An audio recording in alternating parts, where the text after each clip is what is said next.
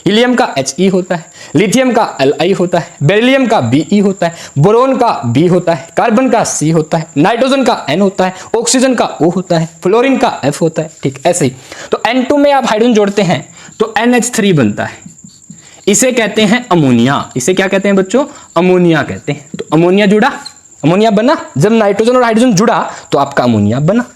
अब हम देखेंगे क्या ये रिएक्शन बैलेंस है या अनबैलेंस है, बताओ, संतुलित है या असंतुलित है। इसके लिए क्या करेंगे आप? बोला सर हम देखेंगे इस तीर को, तीर के टेल की तरफ रिएक्टेंट होते हैं, हेड की तरफ प्रोडक्ट होते हैं। यहां पे हम नंबर ऑफ एटम को देखेंगे सर। चलिए यहां पे नाइट्रोजन कितने हैं? 2 एटम। यहां नाइट्रोजन के कितने हैं? 1 एटम है। सर इसी बात से मुझे पता चल गया कि ये रिएक्शन बैलेंस नहीं है, अनबैलेंस रिएक्शन है ये तो। ठीक, तो आप क्या करोगे? सर मैं बैलेंस करूंगा। ये असंतुलित रिएक्शन है, बैलेंस करो। और ध्यान दीजिए असंतुलित रिएक्शन की इस इक्वेशन को कहते हैं स्केलेटल इक्वेशन। क्या कहते हैं भाई? Skeletal equation. आपसे पूछ ले कोई स्केलेटल इक्वेशन क्या होती है? ठीक है, वो रिएक्शन जिसमें आपके रिएक्टेंट्स और प्रोडक्ट बैलेंस नहीं, वो आपकी स्केलेटल इक्वेशन होती है। ठीक है भाई, अब N2 + H2 बन गए तो अमोनिया बना। अब बैलेंस करना है आपको, तो क्या करें? सबसे ज्यादा एटम वाले को पहले बैलेंस करेंगे। इसमें 2 है, इसमें भी 2, इसमें कितने जल्दी से बताओ? 4 सर। 3 तो हाइड्रोजन के एटम है, 1 नाइट्रोजन का नहीं लिख रखा सर। यहाँ पे नाइट्रोजन कितने एटम है? 1 लिख लो। 1 को हम जनरली बताते नहीं। ठीक है, अब ये जो नाइट्रोजन है तो क्या करें? यहाँ पे नाइट्रोजन के 2, यहाँ पे नाइट्रोजन 1। देखिए यहाँ पे तो 2 हम लगा नहीं सकते, हम इनके आगे ही गुना कर सकते हैं केवल एटम को। तो बैलेंस करने के लिए हम आगे किससे गुना कर दे? 2 से कर देते हैं। जैसे ही आपने नाइट्रोजन को 2 से गुना किया, अब 2 1 कम 2 हो गए ना, 2 1 जा 2। ठीक, यहाँ पे भी नाइट्रोजन 2 है। अरे नाइट्रोजन तो बैलेंस हो गए। अरे हो गए ना बच्चों? ठीक है सर, 2 1 कम 2 हो गए। अब देखो हाइड्रोजन बताओ कितने हो गए? जल्दी से गिन के, जल्दी से कमेंट कर दो एक बार, कितने हो गए हाइड्रोजन? कितने यहाँ पे? 3, यहाँ पे कितने? 2। तो 2 × में 3 कितने हो गए? 6। ऐसे कैलकुलेट करते हैं, आगे वाला इस वाले से गुना हो जाता है जितने भी होंगे। जैसे यहाँ पे 2 1 है, यहाँ पे कितने? 2 2 1 कम 2, यहाँ पे हाइड्रोजन 3 जुड़ा हुआ, 3 दूनी 6। तो यहाँ पे कितने हाइड्रोजन? 6। यहाँ पे कितने हाइड्रोजन? 2। अब 2 को 6 बनाने के लिए क्या करें? चल मैं 3 से गुना कर दूं या 4 जोड़ दूं। बेटा जुड़ते नहीं है, मल्टीप्लाई हो सकते हैं। ठीक है, तो क्या करेंगे आप? 3 से मल्टीप्लाई कर देना, हो गया ना। तो आपका नाइट्रोजन जब हाइड्रोजन के साथ जुड़ेगा तो अमोनिया बनाएगा। इसमें नाइट्रोजन का आपका देखो N2, हाइड्रोजन के 3 मोल, इसके 2 मोल बनते हैं, ये भी ध्यान रखना। अब सुनिए, ये जो आगे होता है बोला हाइड्रोजन क्या कुछ भी, नाइट्रोजन क्या कुछ भी नहीं, इसका मतलब 1 है। 1 को किसी से गुना करो तो वही बन जाता है। तो 1 मोल जो आगे होते हैं इन्हें कहते हैं नंबर ऑफ मोल्स। तो नाइट्रोजन कितने मोल हैं? 1। बताओ बैलेंस रिएक्शन हो गई आपकी। संतुलित रिएक्शन, अभी संतुलित आपकी जो अभी इक्वेशन समीकरण है, इस संतुलित समीकरण में आपको अब ये बताना है, बताइए संतुलित समीकरण हो जाएगी जब नाइट्रोजन और हाइड्रोजन की रिएक्शन के बाद, तो आपके नाइट्रोजन के कितने मोल इस्तेमाल होंगे? जो इसके आगे हैं 1 मोल। ठीक है, जो आपके हाइड्रोजन के कितने मोल यूज होंगे? 3 मोल। ठीक है, जो इसके आगे, इसे कहते हैं स्टोइचियोमेट्रिक कोफिशिएंट। ठीक है, गुणांक होता है जो आगे होता है इनके। ये यहाँ पे कितने हैं? 2, तो 2 मोल बनेंगे अमोनिया के। इस संतुलित रिएक्शन को आप ऐसे बोल सकते हैं, जब नाइट्रोजन का 1 मोल, हाइड्रोजन के 3 मोल, देखिए ऐड जुड़ते हैं तो तीर एरो का निशान क्या बनता है? 2 मोल बनते हैं अमोनिया के। ठीक है बच्चों, तो ये कैसी रिएक्शन होगी भी आपकी? Combination reaction. तो ये है आपकी क्या? Combination reaction. ये आपके एग्जाम में लिखने हैं आपको। मान लीजिए 2 एग्जाम्पल पूछ ले आपसे, तो एक ही लिख देना, एक ही वाला लिख देना। अब एक और बात ध्यान दीजिए, आपसे पूछ लेते हैं एक संतुलित इक्वेशन की क्या खूबियां होती हैं। तो ध्यान दीजिएगा, संतुलित इक्वेशन की एक खूबी होती है पहली कि इसमें रिएक्टेंट और प्रोडक्ट की तरफ number of atoms her element तत्व के क्या होंगे? बराबर होंगे। ठीक, दूसरी सबसे बड़ी खूबी होती है भाई, इसके अंदर ये जो आपके रिएक्टेंट है या जो प्रोडक्ट है, इनकी अवस्था स्टेट दिखानी होती है। ये सॉलिड स्टेट में है, लिक्विड स्टेट में है, गैसीय स्टेट में। जैसे देखिए आपका जो हाइड्रोजन क्या होता है? गैसीय स्टेट में। ऑक्सीजन की भी क्या है? गैसीय स्टेट। जब ये मिलते हैं तो आपका वाटर लिक्विड स्टेट में बनाते हैं। ठीक है, ऐसे ही कार्बन क्या होता है? सॉलिड होता है। ऑक्सीजन के प्रेजेंस में बंद करो, ऑक्सीजन गैस होती है, तो CO2 क्या बनेगी भाई? गैस। तो ये भी क्या आपकी, ये आपकी स्टेट है कि कार्बन इस रिएक्शन में सॉलिड स्टेट में। देखिए ये हमारे प्रैक्टिकल्स हैं, मतलब हमें ये ध्यान रखना होता है कि कार्बन प्रकृति में किस अवस्था में पाया जाता है, तो वही अवस्था लेते हैं हम जनरली। ऑक्सीजन गैस है जैसे लेते हो, नाइट्रोजन भी गैस है, हाइड्रोजन भी गैस है। ठीक, यहाँ पे देखो नाइट्रोजन क्या है? गैस। आपकी हाइड्रोजन भी क्या है? गैस। अमोनिया क्या बनती है भाई? Also gas. ठीक है, तो इस तरीके से आपकी रिएक्शन हो जाती है। और जब आप हायर क्लास 11 12 में आएंगे तो यहाँ की कंडीशन क्या है ये भी आपको बतानी है। 10th में चल जाएगा आपका। ठीक है, समझ में आ रहा है? जैसे इस प्रोसेस का नाम भी बताना होता है। जब नाइट्रोजन को आप हाइड्रोजन के साथ जोड़ेंगे, अमोनिया बनाते हैं, तो इस प्रोसेस को कहते हैं हाबर्ज प्रोसेस। क्या कहते हैं बच्चों? हाबर प्रोसेस। तो आपसे पूछ ले कोई हाबर्ज प्रोसेस क्या होती है, तो आप कहेंगे ये वो प्रोसेस है जिसके अंदर नाइट्रोजन और हाइड्रोजन मिलकर अमोनिया बनाते हैं। ठीक है बच्चों, तो आपको कॉम्बिनेशन रिएक्शन में ये डेफिनेशन लिखनी है, ये 2 एग्जाम्पल दे देने हैं। और कई बार आपसे कोई पूछ ले कि इस प्रोसेस का नाम बताओ, तो तुरंत बता देना, ये हमारे सर ने बताई थी, इसका नाम हाबर प्रोसेस है। जब अमोनिया बनेगा इसमें, किससे बनेगा? नाइट्रोजन और हाइड्रोजन से मिलके। ठीक है, चलिए, तो ये हो गई आपकी क्या? Combination reaction. किसी को अगर ये उतारनी है तो वीडियो पॉज करके बेटा उतार लेना अच्छे से, ठीक है, और इसकी डेफिनेशन लिख लेना, या आप स्क्रीनशॉट ले लो, फिर आगे बढ़ते हैं। ठीक है, ले लीजिए जल्दी से स्क्रीनशॉट, क्लिक हो गया सर। चलिए, अब आपको सारी रिएक्शंस ऐसे ही लिखनी है। पहले इसका नाम ऐसे लिखेंगे, 2 नीचे एरो लगाएंगे। अब चलो एक और लिख के दिखाता हूं आपको, देखिए ये वाली। अगली बताइए क्या है? हिंदी में भी आप ऐसे लिख देंगे भाई, ठीक है। अब बताइए अगली रिएक्शन क्या है? वियोजन या अपघटन अभिक्रिया। इंग्लिश में कहते हैं इसको क्या? Decomposition reaction. वियोजन को क्या कहते हैं भाई? Decomposition reaction. क्या होती है decomposition reaction? Decomposition reaction sir वो रिएक्शन होती है, देखिए लिखते हैं पहले डिकम्पोजिशन। अब की बार चलो हिंदी में लिखते हैं, क्या? वियोजन अभिक्रिया। ब्लैक पेन से लिखेंगे आप, वियोजन अभिक्रिया। क्या होती है वियोजन अभिक्रिया? ये वो अभिक्रिया होती है जिसमें एकल रिएक्टेंट, एक आपके रिएक्टेंट से, ऐसे आप सजावट दिखा देंगे, दोनों चाहे अलग अलग लिख सकते हैं, नीचे वाला एक साथ लिख देना, फिर ये वाली लाइन छोड़ देंगे, नीचे से लिखेंगे वह अभिक्रिया। आगे चलते रहेंगे ऐसे, वह अभिक्रिया। इसके नीचे आएगा जैसे देखो लाइन, तो ये आपकी पेन जो आपकी सीट होगी, वह अभिक्रिया, उसमें आप लगी होंगी पहले, वह अभिक्रिया जिसमें क्या बच्चों? सुनिए, एक ही होगा रिएक्टेंट, रिएक्टेंट एक होगा, और प्रोडक्ट क्या हो सकते हैं? 2 या 2 से अधिक। जैसे देखिए मैंने बोला मेरे पास है कैल्शियम कार्बोनेट, बोला देखो बच्चों ये सूत्र है, फॉर्मूला है, Ca होता है कैल्शियम और CO3, C कार्बन, ऑक्सीजन की 3 एटम। ये कंपाउंड जब मिल जाता है एक साथ होता है तो इसे कहते हैं कैल्शियम कार्बोनेट। क्या नाम है इसका? Calcium carbonate. ये आपको याद करना है कैल्शियम कार्बोनेट क्या होता है। ठीक है, कैल्शियम कार्बोनेट को मैंने हीट कर दिया बच्चों, ठीक है। जब हम कैल्शियम कार्बोनेट को हीट करते हैं ना, तो आप ध्यान रखेंगे ये बात, बोला एक तो कैल्शियम ऑक्साइड बनता है और एक बनती है CO2 गैस। अच्छा सर, ये आपको याद रखना है बच्चों। जब आप कैल्शियम कार्बोनेट को हीट करते हो तो कैल्शियम ऑक्साइड, CO को क्या कहते हैं हम? Calcium oxide. हिंदी में लिख लेंगे आप कैल्शियम ऑक्साइड। सेम ये क्या है? Carbon dioxide, carbon dioxide. ये नाम भी नीचे बता देंगे तो आपके जो टीचर चेक करेंगे ना आपका पेपर, वो आपसे प्रभावित, इंप्रेस हो जाएंगे, ज्यादा नंबर देंगे आपको। ठीक है, चलिए, तो हमने क्या किया? कैल्शियम कार्बोनेट को हीट किया तो CaO और CO2 बनता है। इसमें बताइए जो तीर के इस टेल की तरफ वो क्या होंगे? अभिकारक, रिएक्टेंट, और हेड की तरफ क्या होंगे? प्रोडक्ट, उत्पाद। ठीक, गौर से देखो बच्चों, ये जो आपका अभिकारक है ये 1 है, और जो उत्पाद हैं ये कितने हैं? 1 से ज्यादा है।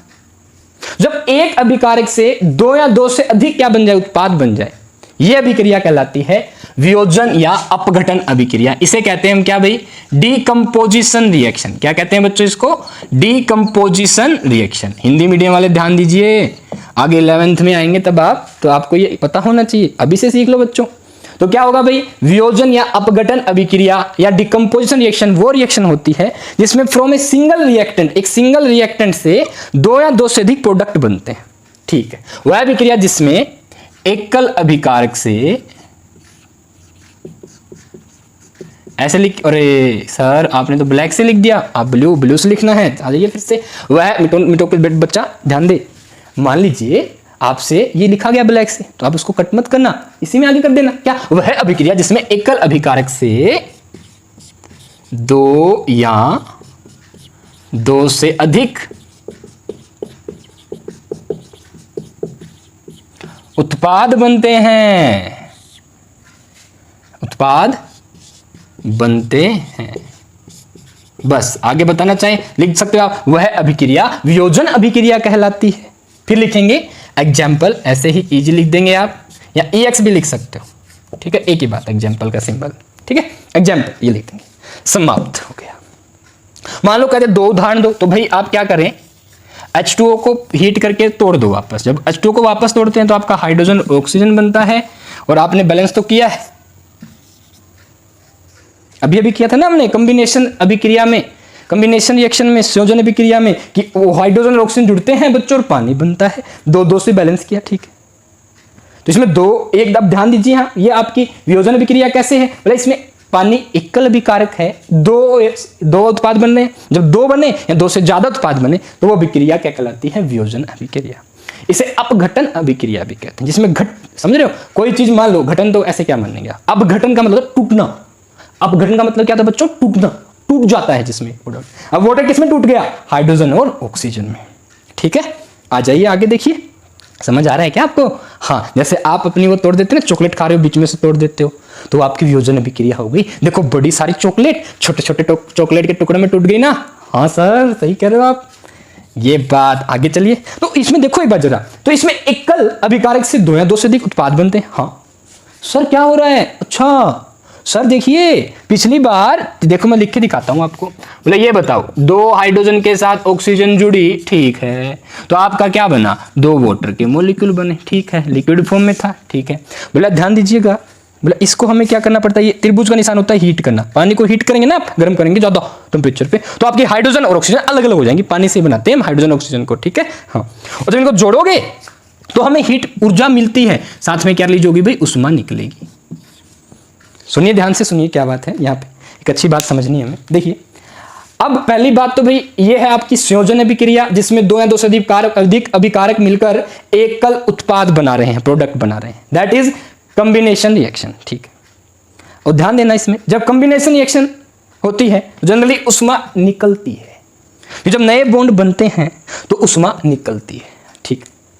अब ध्यान दीजिए, जो अब आपके नए बॉन्ड बन चुके हैं, जैसे अब हमने क्या किया, वाटर को वापस तोड़ना चाहते हैं, तोड़ देंगे, आपका एकल विकारक 2 या 2 से अधिक उत्पाद बनाएगा, तो इस अभिक्रिया को हम क्या कहेंगे, अपघटन या वियोजन अभिक्रिया, ठीक है। तो आपका हाइड्रोजन बनेगा और क्या बनेगा भाई, ऑक्सीजन बनेगा, ठीक है।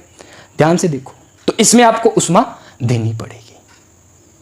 सर मैं एक बात समझ रहा हूं, मुझे लग रहा है सर इसमें एकल से 2 उत्पाद बन रहे हैं और इसमें 2 से 1, सर ये मुझे उल्टी लग रही है एक दूसरे की। हाँ, जो आपकी संयोजन अभिक्रिया है वो वियोजन अभिक्रिया के विपरीत होती है, अपोजिट होती है। क्वेश्चन पूछते हैं ऐसा, मतलब क्यों, मतलब जो आपकी संयोजन अभिक्रिया है इसमें 2 रिएक्टेंट से 1 उत्पाद बनता है, ठीक है। जो आपकी वियोजन अभिक्रिया है इसमें 1 रिएक्टेंट से 2 उत्पाद बनते हैं, इसीलिए इसको हम क्या कहते हैं, विपरीत कहते हैं दोनों को एक दूसरे की।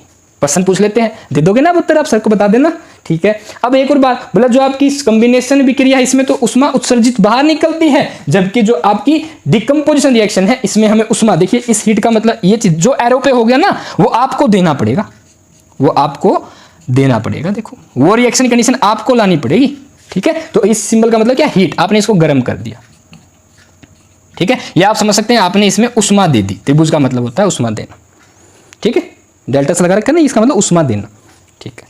तो आप समझ गए बच्चों 2 प्रकार की रिएक्शन, उनको लिखना कैसे है, ठीक है। अब मैं आपको बाकी रिएक्शन बड़ा तरीके से केवल इक्वेशन के हिसाब से समझा दूंगा, ठीक है। तो चलिए शुरू करते हैं हमारी अगली रिएक्शन। पहले हम पढ़ेंगे इसमें ऊष्मा अक्षेपी अभिक्रिया क्या होती है, ये वाली हो गई हमारी, जो होती जाएगी हम उस पर टिक करते जाएंगे, ठीक है। और आपको वीडियो पॉज करके समझ लेना है, एक बार में ही 2-2 3-3 बार देख लेना, ठीक है बच्चों। और अपनी कॉपी पे साथ साथ लिख लो, वीडियो पॉज करके रोक लो वीडियो को एक बार और लिख दो जल्दी से कि संयोजन क्या होती है, वियोजन क्या होती है, और इसका एक बार स्क्रीनशॉट ले लो, जल्दी से स्क्रीनशॉट ले लीजिए।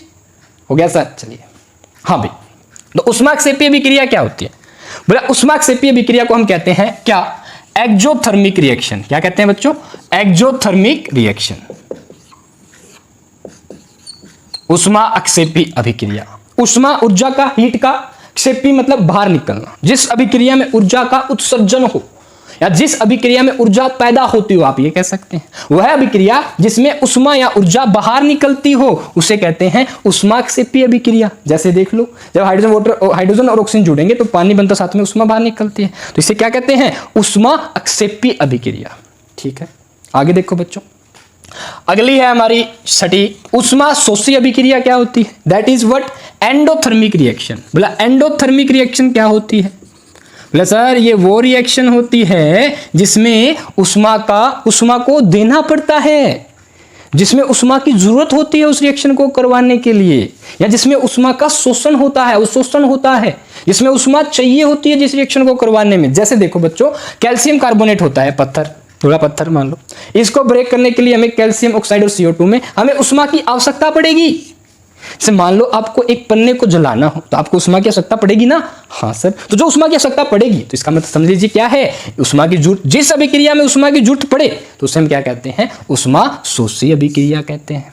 अब आप कहते हैं, एक बात ध्यान दीजिए, फिर से सुनिए। बोला सर हमने तो पन्ना जलाने के लिए उष्मा, बेटा जलाने से पहले जो उष्मा की जरूरत पड़ी ना रिएक्शन करवाने के लिए, तो उसे हम क्या कहते हैं, उष्मा शोषी अभिक्रिया। लेकिन जैसे कागज बर्न होगा तो कागज उष्मा उत्सर्जित करेगा, जब बर्न हो रहा है उस टाइम पे क्या हो जाएगी, उष्मा अक्षेपीय अभिक्रिया। समझ रहे हो, समझ आ गया सर। तो कैल्शियम कार्बोनेट को जब आप बर्न करो, जलाओगे, हीट दोगे, तो क्या ये CO में और किस में उठ जाएगा, CO2 में। तो हमें उष्मा की जरूरत पड़ेगी। जिस अभिक्रिया में उष्मा की आवश्यकता पड़े या जिस अभिक्रिया में उष्मा का शोषण होता हो, अवशोषण होता हो, उसे हम क्या कहते हैं, रिक्वायरमेंट होती हो, उसे कहेंगे क्या, एंडोथर्मिक रिएक्शन। ठीक है, जिसमें उष्मा क्या होगा, एब्जॉर्प्शन होगा, उस अभिक्रिया को हम कहते हैं एंडोथर्मिक रिएक्शन। हो गई हमारी रिएक्शन। ठीक है, आगे सुनो बच्चों, देखिए आगे है हमारी अपचयन की बात कर लेते हैं। किसकी बात कर लेते हैं, अपचयन की। जैसे देखिए हमने एक छोटा सा एग्जांपल लिया था, अपचयन और उपचयन को समझेंगे अब हम। जैसे पहले बात करते हैं अपचयन अभिक्रियाएं क्या होती हैं। अपचयन को इंग्लिश में कहते हैं रिडक्शन रिएक्शन। Reduction reaction. अपचयन अभिक्रिया क्या होती है, रिडक्शन रिएक्शन क्या होती है। ये वो रिएक्शन होती है जिसमें किसी एक तत्व के साथ हाइड्रोजन जुड़ जाए तो उसे हम क्या कहते हैं, रिडक्शन रिएक्शन। या कोई धनात्मक तत्व जुड़ जाए, किसी एक तत्व के साथ कोई धनात्मक या हाइड्रोजन जुड़ जाता है, तब वो रिएक्शन कहलाती है अपचयन। ठीक है, ऐसे ही उपचयन रिएक्शन होती है, इसे कहते हैं ऑक्सीडेशन रिएक्शन। ऑक्सीडेशन रिएक्शन क्या होती है बच्चों, जब किसी तत्व के साथ ऑक्सीजन जुड़ जाए। ऑक्सीजन का जुड़ना क्या कहलाता है बच्चों, ऑक्सीडेशन रिएक्शन, उपचयन रिएक्शन। ठीक है, एक और तरीके से समझते हैं। जैसे देखो, ये आपका हाइड्रोजन है, ठीक है, ये किसके साथ जुड़ गया, ऑक्सीजन के साथ, तो ऑक्सीजन का अपचयन हो गया, हम ये कहेंगे। ठीक है, यानी कि ऑक्सीजन के साथ हाइड्रोजन का जुड़ना क्या कहलाएगा, अपचयन रिएक्शन, रिडक्शन रिएक्शन। या एक और बात, बोला किसी से ऑक्सीजन हट जाए, हाइड्रोजन का जुड़ना ऑक्सीजन का हटना कहलाता है अपचयन रिएक्शन, और वहीं पे ऑक्सीजन का जुड़ना हाइड्रोजन का हटना कहलाता है उपचयन रिएक्शन। ऑक्सीडेशन रिएक्शन में ऑक्सीजन जुड़ेगी और हाइड्रोजन, इसमें क्या होगा भाई, ऑक्सीजन जुड़ेगी, नाम में ही है, O जुड़ेगी और हाइड्रोजन हटेगी, तो ये रिएक्शन क्या कहलाएगी, उपचयन रिएक्शन।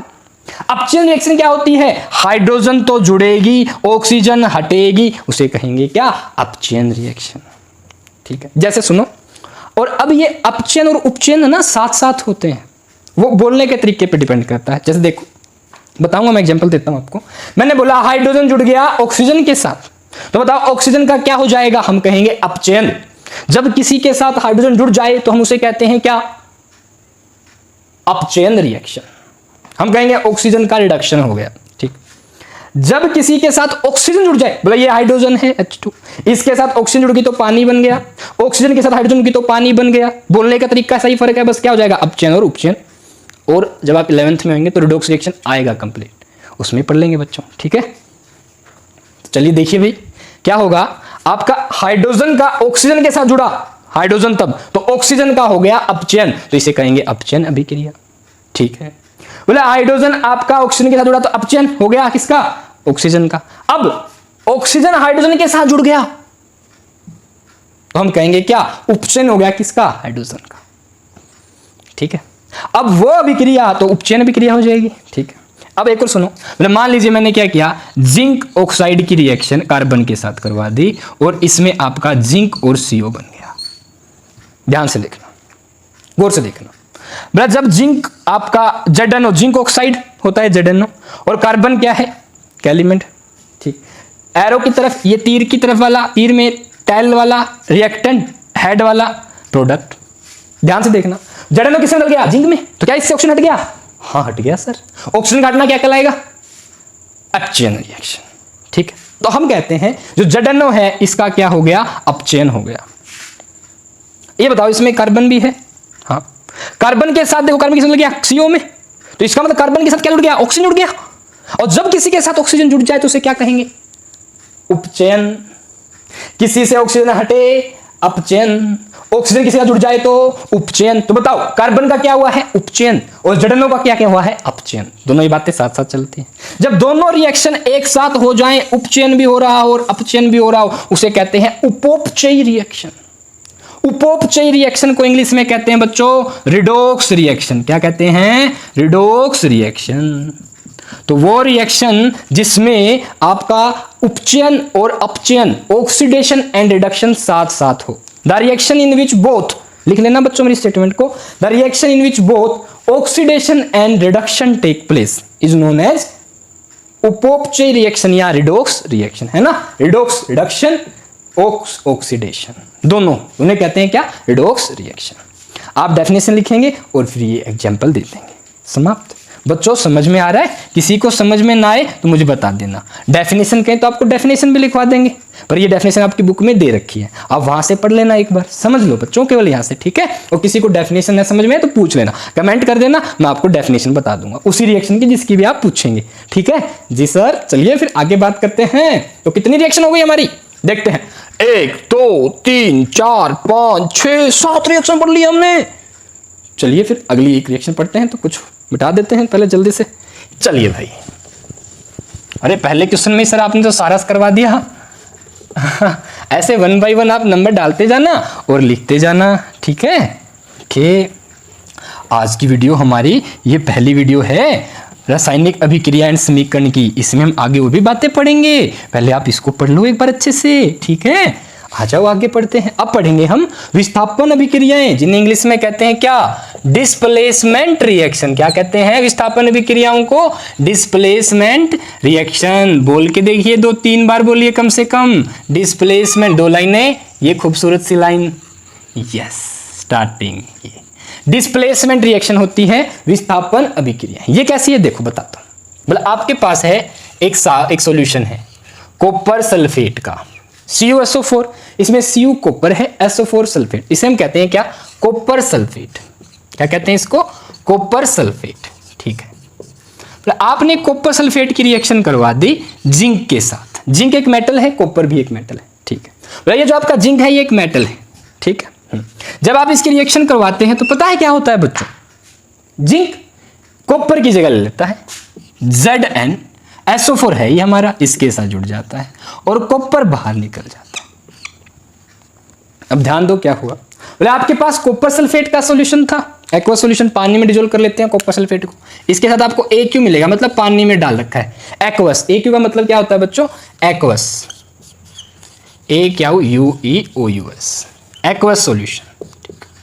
जिंक सॉलिड फॉर्म में मेटल है, फिर ये आपका एक्वस में बन जाता है और ये सॉलिड में। सुनो बच्चों क्या हुआ इसमें, देखिए हम क्या करते हैं, जिंक कॉपर सल्फेट की रिएक्शन जिंक के साथ करवाते हैं। तो क्या हुआ, जिंक किसकी जगह आ गया? कॉपर की जगह आ गया। ठीक है, और सल्फेट ऐसा कैसा? ठीक है, अब क्या हुआ, जिंक सल्फेट का सॉल्यूशन बन गया पानी में।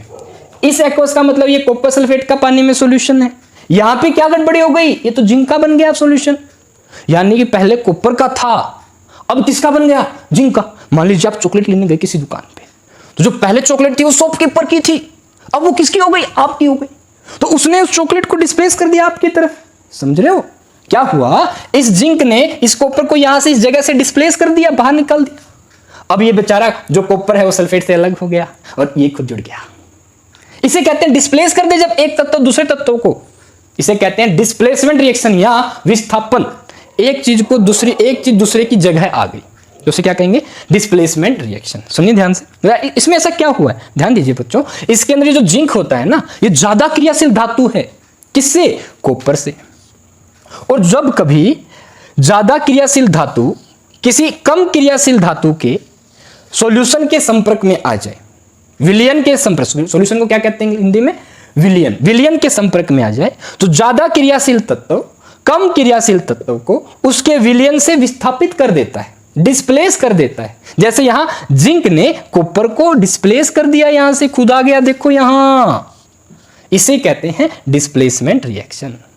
यहां से मेरी बात का पता चला कि जो जिंक है वो जिंक कॉपर से ज्यादा क्रियाशील है, ज्यादा क्या है, क्रियाशील है।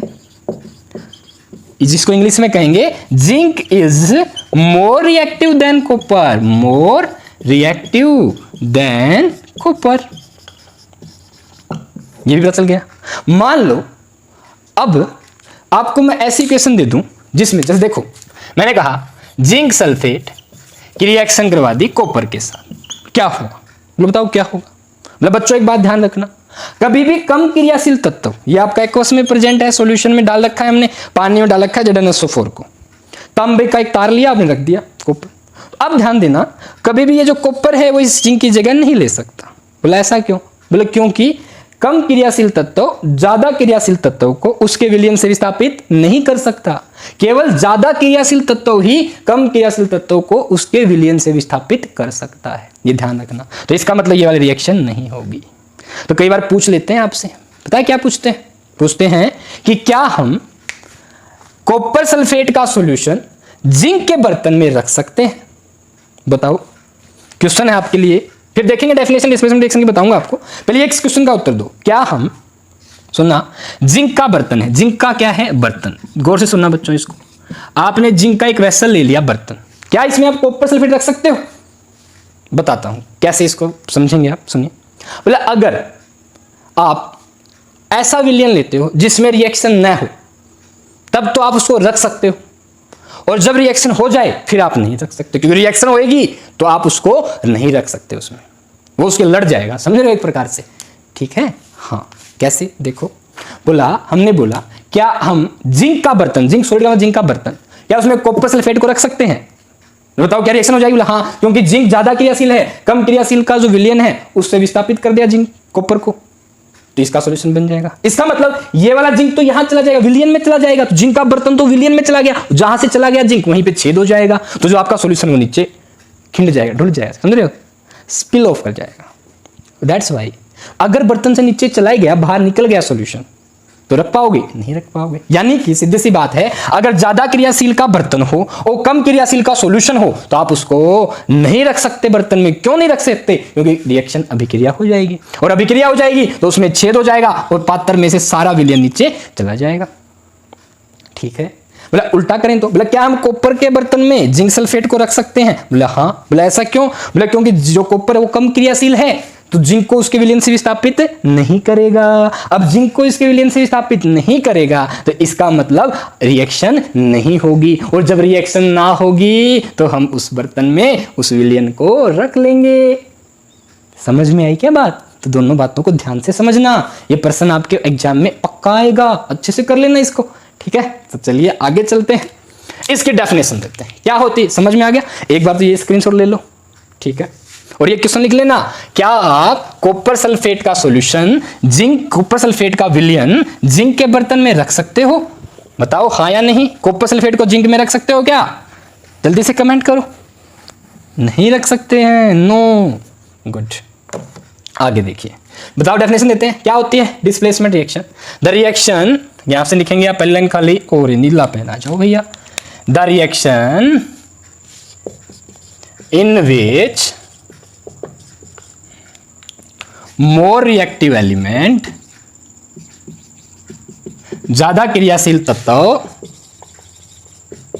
Displace less reactive element from its solution. जब आपका मोर रिएक्टिव एलिमेंट डिस्प्लेस कर दे लेस रिएक्टिव एलिमेंट को फ्रॉम इसके solution, then the reaction is known as displacement reaction. जब अधिक क्रियाशील तत्व कम क्रियाशील तत्व को उसके विलयन से विस्थापित कर दे, देन तब वो रिएक्शन कहलाती है क्या, विस्थापन अभिक्रिया। तो उसे क्या कहेंगे बच्चों, विस्थापन अभिक्रिया। फॉर एग्जांपल दे देंगे आप, क्या, कॉपर सल्फेट का सॉल्यूशन जिंक का बर्तन, रिएक्शन होगी तो जिंक सल्फेट और बनेगा क्या, कॉपर। रिएक्शन होगी तो उसमें नहीं रख सकते, ये आपका एग्जाम्पल देना पड़ेगा ना इस रिएक्शन का आपको, ये पर हालांकि रिएक्शन हो जाएगी तो आपके लिए फायदेमंद नहीं, जिंक के बर्तन में अभी रख नहीं पाओगे, समझ रहे हो? हाँ ठीक है, ये रिएक्शन हो जाएगी। हो गया आपका डिस्प्लेसमेंट रिएक्शन। अच्छा अब क्या है, द्रव्य विस्थापन अभिक्रियाएं। ये क्या होती है बच्चों? अगर आपको लग रहा है कि आप ज़्यादा हो गया है तो थोड़ा सा रेस्ट कर लीजिए, उसके बाद देख लेना, ठीक है? और थोड़ा कॉपी में काम कर लो, समय समय के साथ करते रहोगे ना साथ साथ, जल्दी से हो जाएगा, ठीक है? अच्छा स्कोर आपको 100/100 लेके आने हैं साइंस के पेपर में, ठीक है? चलिए फिर ऐसे ऐसे डिफाइन करते जाओगे तो आसानी से आ जाएंगे। ओके चलो भाई, अगला क्वेश्चन है आप लोगों के लिए, द्रव्य विस्थापन अभिक्रिया। इसे हम कहते हैं इंग्लिश में डबल डिस्प्लेसमेंट। क्या कहते हैं बच्चों? Double displacement reaction. Double displacement, double लगा देना बस, इसके आगे क्या हो जाएगी? Double displacement reaction. Double displacement reaction ऐसे लिखेंगे आप, इसको आगे लिखना है, फिर आप ये लिखेंगे, 2 लाइन लगाएंगे नीचे, फिर स्टार्ट करेंगे। The reaction in which there is exchange of ions from their solution. वो रिएक्शन जिसमें आयंस परस्पर एक दूसरे को आपस में चेंज कर लेते हैं उसे कहते हैं डबल डिस्प्लेसमेंट रिएक्शन। जैसे देखो पहले समझो, ये अब the reaction in which ions are exchanged, ions are exchanged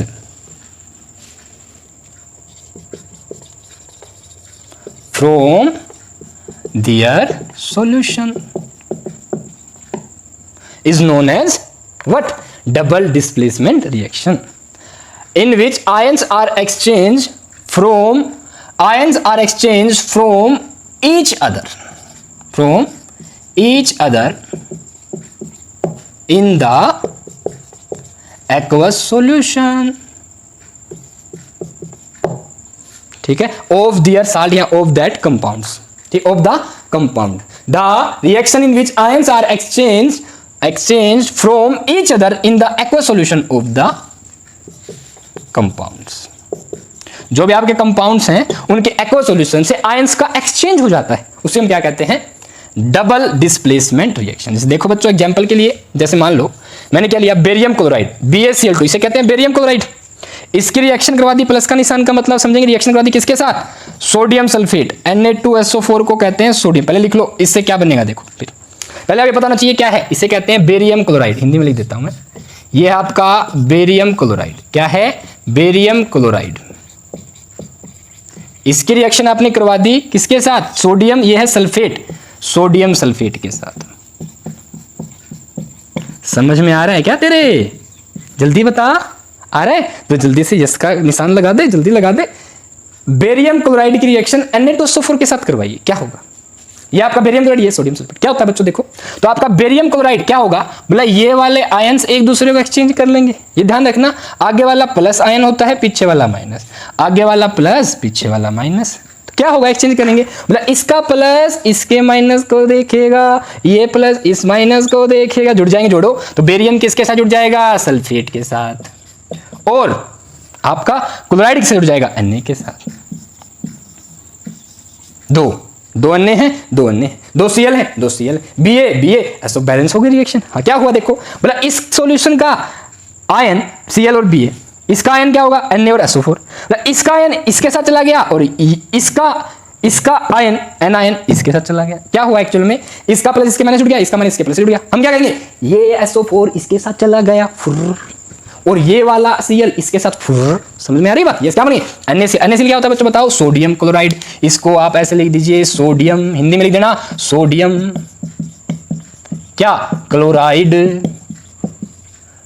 chloride, chloride, chloride, क्या लिख दिया सर? CHLO, sodium chloride. ठीक है बच्चों? Yes sir. आगे देखो, ये क्या होगा आपका? Barium sulphate. ये क्या होगा आपका? Barium sulphate. ये होगा आपका बेरियम सल्फेट। और जब ये बेरियम सल्फेट बनेगा ना तो ये नीचे पीपीटी बना लेगा। क्या बना लेगा? नीचे बैठ जाएगा, ऐसे एरो लगा देना, ठीक है? प्रेसिपिटेट हो जाएगा। ये क्या बना लेगा आपका? पीपीटी, नीचे बैठ जाएगा, सॉलिड फॉर्म बना लेगा, ऐसे सॉलिड लिखा देंगे यहाँ पे। ये एक्वस में रहेगा सॉल्यूशन में। ध्यान दीजिए, ये दोनों, इसका एक्वस सॉल्यूशन होगा, पानी में सॉल्यूशन होगा, इसका भी पानी में सॉल्यूशन होगा, ठीक है?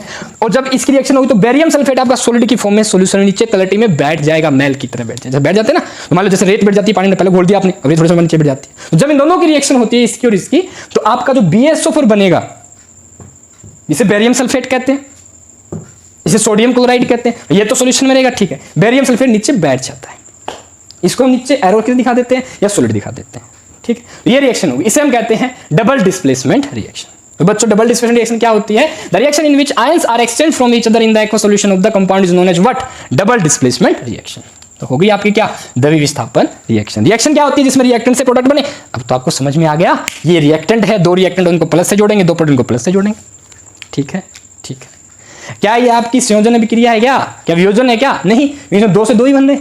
वियोजन संयोजन में तो क्या बनता है? एकल का सिस्टम है, दो, दो का एक, ठीक है। आगे सुनो बच्चों, हो गई हमारी क्या? Double displacement reaction. इसी में एक साथ रिएक्शन है अवक्षेपी अभिक्रिया। क्या होती है? This is what? Precipitation reaction. इसे क्या कहते हैं बच्चों? इसे कहते हैं क्या? Precipitate reaction. डबल डिस्प्लेसमेंट का स्क्रीनशॉट ले लेना, स्क्रीनशॉट ले लो बच्चों एक बार। इसका लिख दूं मैं दोबारा से? लो, ऐसे लिखना, आप ब्लैक से लिखेंगे क्या? Double displacement reaction. प्यारे प्यारे दो टुक टुक टुक टुक टुक टुक टुक टुक टुक, यहां पे आ जाइए। द रिएक्शन, हा हा हा, हो गया ना? द रिएक्शन, ठीक है। स्क्रीनशॉट ले लीजिए एक बार, हो गया, गुड। अब आ जाओ अगली रिएक्शन हमारी, कौन सी? प्रेसिपिटेशन रिएक्शन, अवक्षेपी अभिक्रिया। प्रेसिपिटेशन रिएक्शन, ये क्या होती है बच्चों? Precipitation reaction. अरे सर ब्लैक से लिखना था, लाल तो आपको लिख के नहीं जाना, ठीक है, ब्लैक से लिखेंगे आप। प्रेसिपिटेशन रिएक्शन, ठीक है, पूरा ब्लैक से लिख देना। दो ऐसे लिखना लगाएंगे निशान, फिर ये छोड़ देंगे। द रिएक्शन इन विच, देखिएगा, the reaction in which, simple सी, precipitate is formed. The reaction, देखो, the reaction in which precipitate is formed, in which precipitate, sir black से लिख रहे हो आप, आ जाओ ब्लू से लिखते हैं भाई। The reaction in which precipitate is formed is known as precipitation reaction. For example, यही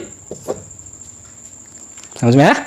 क्यों? देखो इसमें क्या प्रेसिपिटेट बन रहा है। हाँ, जब डबल डिस्प्लेसमेंट पूछे तो भी यही एग्जांपल देना, प्रेसिपिटेट पूछे तो देखो प्रेसिपिटेट बन रहा है ना बच्चों। हाँ, ठीक है, ये रिएक्टेंट, ये रिएक्शन हुई, प्रोडक्ट बन गया। टेल की तरफ वाला रिएक्टेंट, हेड की तरफ वाला प्रोडक्ट। तो ये जो रिएक्शन है इसे क्या कहेंगे? अवक्षेपी अभिक्रिया। और ध्यान रखना, अवक्षेप, जैसे BSO4 का अवक्षेप बन रहा है ना, तो आप BSO4 का अवक्षेप को ऐसे दिखा सकते हैं, मतलब नीचे जम गया, या इसको सॉलिड फॉर्म में दिखा देना, ठीक है। ये आपका एक्वस में रहेगा, ये भी एक्वस में रहेगा, ये भी एक्वस में, ये अकेला क्या बनाएगा? प्रेसिपिटेट। तो ये आपकी क्या? Precipitation reaction. The reaction in which precipitate is formed is known as precipitation reaction. तो लो बच्चों, आपकी 10 रिएक्शन हमारी इस पहली वीडियो की हो चुकी हैं, और मुझे ऐसा लग रहा है, मुझे ऐसी आशा है कि आप लोगों को समझ में आ गई ये रिएक्शंस। एक बार देखो, दोबारा से बताता हूं। संयोजन या कॉम्बिनेशन रिएक्शन वो होती है जिसमें दो या दो से अधिक अभिकारक मिलकर क्या बनाते हैं? एक सिंगल उत्पाद बनाते हैं। When two or more than two reactants form single product, example H2O2, H2O, N2H2, NH3, ठीक है। वियोजन अभिक्रिया, decomposition, the reaction in which one अभिकारक, one reactant forms more than two product, the reaction is known as decomposition reaction. Example आपका CaCO3 को break कर देंगे CO और CO2 में। विस्थापन अभिक्रिया, the reaction in which more reactive element displace from the less reactive element from its solution. For example copper sulphate zinc, zinc sulphate plus copper बन जाएगा, ठीक है। Next, double displacement reaction, the reaction in which ions are exchanged from their solutions is known as double displacement reactions. For example, BaCl2 plus Na2SO4, BaSO4 plus NaCl, इसका अवक्षेप बने, इसलिए precipitation reaction भी कह देंगे साथ के साथ। उष्माक्षेपी रिएक्शन, इसको एक्सोथर्मिक रिएक्शन कहते हैं। The reaction in which energy is released, the reaction in which energy is absorbed, endothermic reaction. Upchain reaction, the reaction in which hydrogen is added or oxygen is removed is known as reduction reaction. या hydrogen का जुड़ना और oxygen का हटना, इसमें ये वो reaction जिसमें हाइड्रोजन जुड़ती है, ऑक्सीजन हटती है, उसे कहते हैं रिडक्शन रिएक्शन या अपचयन अभिक्रिया। उपचयन अभिक्रिया क्या होती है? जिसे इंग्लिश में ऑक्सीडेशन रिएक्शन कहते हैं। उपचयन अभिक्रिया, ऑक्सीजन का जुड़ना, हाइड्रोजन का हटना कहलाता है उपचयन अभिक्रिया। Oxidation reaction, the reaction in which oxygen is added and hydrogen is removed is known as उपचयन ऑक्सीडेशन रिएक्शन। एक होती है उपोपचयी reaction, the reaction which both reduction and oxidation take place, the reaction वह अभिक्रिया जिसमें उपचयन और अपचयन दोनों होते हैं, उन्हें क्या कहते हैं? उपोपचयी अभिक्रिया कहते हैं। अवक्षेपी क्रिया, जिसमें प्रेसिपिटेट बनता है, जिसमें अवक्षेप बनता है। प्रेसिपिटेट को क्या कहते हैं हिंदी में? अवक्षेप, अवक्षेप, शेप, अवक्षेप, ठीक है बच्चों। तो ये थी भी आपकी क्या? रासायनिक अभिक्रियाएं और उनके कुछ समीकरण, ठीक है। अगली वीडियो में बच्चों हम रासायनिक अभिक्रिया को थोड़ा और डिटेल से देखेंगे, समीकरण के साथ, कुछ समीकरण और कुछ क्वेश्चंस करेंगे हम, जो आपके बोर्ड एग्जाम में पूछे जाते हैं। इस वीडियो में भी हमने इन चीज़ों को क्वेश्चंस के हिसाब से ही किया है और आज की वीडियो में बस हम इतना ही, ये आपको बड़ा अच्छे से कर लेना है, इन 10 रिएक्शंस को लिख देना है। ठीक है बच्चों, अब देखिए फिर से बताता हूं क्वेश्चन कैसे बनेंगे। बताइए, what is combination reaction, what is decomposition reaction, what is displacement reaction, what is exothermic reaction, what is endothermic reaction, what is reduction reaction, what is oxidation reaction, what is redox reaction, what is precipitation reaction. और सभी का give 2 example या 1 example. ठीक है, हिंदी में ऐसी संयोजन विक्रियाएं क्या होती है, एक उदाहरण दीजिए। वियोजन या अपघटन विक्रियाएं क्या होती है, एक उदाहरण दीजिए। विस्थापन विक्रियाएं क्या होती है, एक उदाहरण दीजिए। द्रव्य विस्थापन विक्रियाएं क्या होती है, एक उदाहरण दीजिए। ऊष्माक्षेपी विक्रिया क्या होती है, एक उदाहरण दीजिए। ऊष्माशोषी विक्रिया क्या होती है, एक उदाहरण दीजिए। अपचयन विक्रिया क्या होती है, एक उदाहरण दीजिए। उपचयन विक्रिया क्या होती है, एक उदाहरण दीजिए। उपोपचय विक्रिया क्या होती है, एक उदाहरण दीजिए। अवक्षेपी विक्रिया क्या होती है, एक उदाहरण दीजिए। तो इस क्लास में बच्चों हमारे रासायनिक अभिक्रिया एवं समीकरण से जो 10वीं का पहला लेसन है विज्ञान का, उसकी हमारी ये पहली वीडियो थी और इस वीडियो में हम इतना ही पढ़ेंगे। जो आपकी अगली वीडियो आएगी हमारी रासायनिक अभिक्रिया एवं समीकरण की, उसमें हम कुछ समीकरण देखेंगे, उनको जो कंकाली समीकरण, स्केलेटल इक्वेशन होंगी, उनको बैलेंस करके देखेंगे। ठीक है, तो अनबैलेंस की बजाय यहां पे इस्तेमाल करेंगे स्केलेटल टर्म। ठीक है, ये ध्यान रखना। ओके, और अगली वीडियो में थोड़े और अच्छे से क्वेश्चंस के हिसाब से पूछेंगे। ठीक है, आप लोगों को बड़ा अच्छे से करना है और जो भी आपके सामने है इनका एक बार स्क्रीनशॉट ले लीजिए अच्छे से। ठीक है, अब इनको आप कॉपी में लिख लेना, सभी को लाइन सर लाइन, और एक छोटे से एक पेज पे इनका सार रूप लिख देना एक बार छोटे छोटे टर्म में। ठीक है, एक साथ हो जाएगा 10 टर्म, बस फिर आपको रिवीजन कर लेनी है जल्दी जल्दी से इनकी एग्जाम्पल्स के साथ। ठीक है, और अगली वीडियो में हम और अच्छे एग्जाम्पल देखेंगे। तब तक के लिए नमस्कार, अच्छे से पढ़ते रहिए, मुस्कुराते रहिए, हैप्पी रहिए, ऑल द बेस्ट। अरे अरे अरे अरे हाँ, अगर आपको वीडियो अच्छी लगी तो हमारे चैनल की इस वीडियो को लाइक कर दीजिए, हमारे चैनल को सब्सक्राइब कीजिए और अपने मित्रों को, अपने सहपाठियों को, अपनी दोस्तों को, अपनी फ्रेंड्स को, अपनी जो आपके मोहल्ले के आपके दोस्त हैं, ठीक है, आपकी जो गर्ल्स में जो फ्रेंड है उनके पास भी शेयर कीजिए। ठीक है, और जल्दी से शेयर करके लाइक कर दीजिए हमारी वीडियो को। ऑल द बेस्ट, जय माता दी, अच्छे से पढ़िए।